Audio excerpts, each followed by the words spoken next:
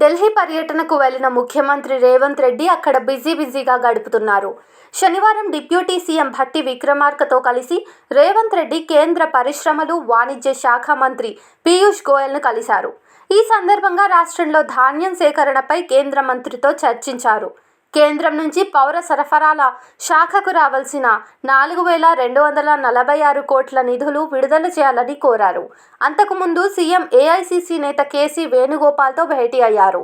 త్వరలో రాష్ట్రంలో ఎమ్మెల్సీ ఎన్నికలు, నామినేషన్ పదవుల భర్తీతో పాటు లోక్సభ ఎన్నికలు జరగనున్నాయి.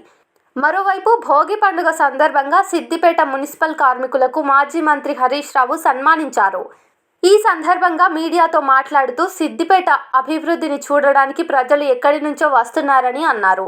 రాష్ట్ర ప్రజల్లో అద్భుతమైన గుణాత్మక మార్పు కనిపిస్తోందని తెలిపారు.